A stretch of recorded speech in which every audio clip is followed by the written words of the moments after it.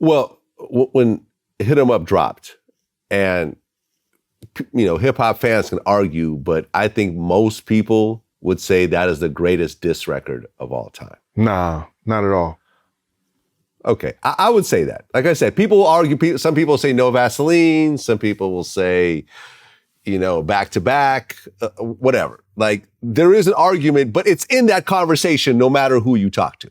How's that? But if you want to talk about diss tracks, the GOAT, LL Cool J. He was the also in the conversation. He was a massive in a diss track is when you can end somebody's career. Right. When LL got on the track and he dissed you, he ended your career. Okay. Fair enough. Fair enough. But I would say that up until that time, Hit 'Em Up was the most vicious and personal diss record that I had heard. He started off talking about I fucked your bitch. Like Pac really crossed a lot of lines with that particular record. When that dropped, and it was a hit song on top of it, it was being played in the clubs and the whole nine. Right.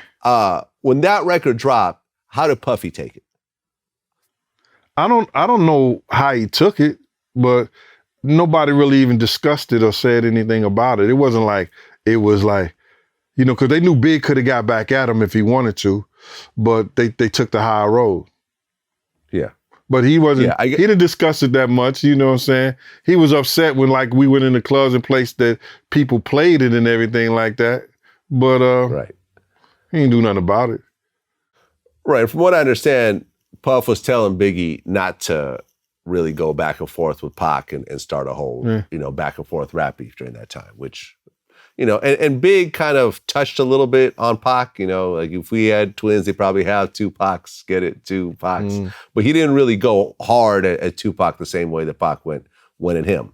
Well, Big had to listen to Puff. He had to listen to Puff because Puff owned his publishing and his marketing and marketing, and he wanted it back. He found out how important that was for artists and somebody in this business. So he had to listen to him. He had to, go against what he may have even thought was right or wrong. This nigga on my marketing, on my publishing, I gotta listen to him, I gotta do these things, you understand? But when I was in the Winnebago with him, he said, man, next motherfucker mention my name on some wax, I'ma tear their ass up. Right, and I remember Biggie did an interview about that. He said that when he was still recording his first album, he was broke, he was fucked up, and he approached Puff for some extra money. And Puff was like, well, you could sell me back part of your publishing for I don't know, I think it was like $25,000 or some real small amount. And Big did it, not really realizing the implications of it. He gave him $200,000. I don't know how much it was. I don't know how much publishing that entailed, but I bet you it was more than 25% or 50% of it. For $200,000. And he told me, he said, yo, listen here, man, the people who were managing me didn't know what the fuck they were doing at the time. But they all work for Puff and they got their schooling from Puff. So what else they gonna do?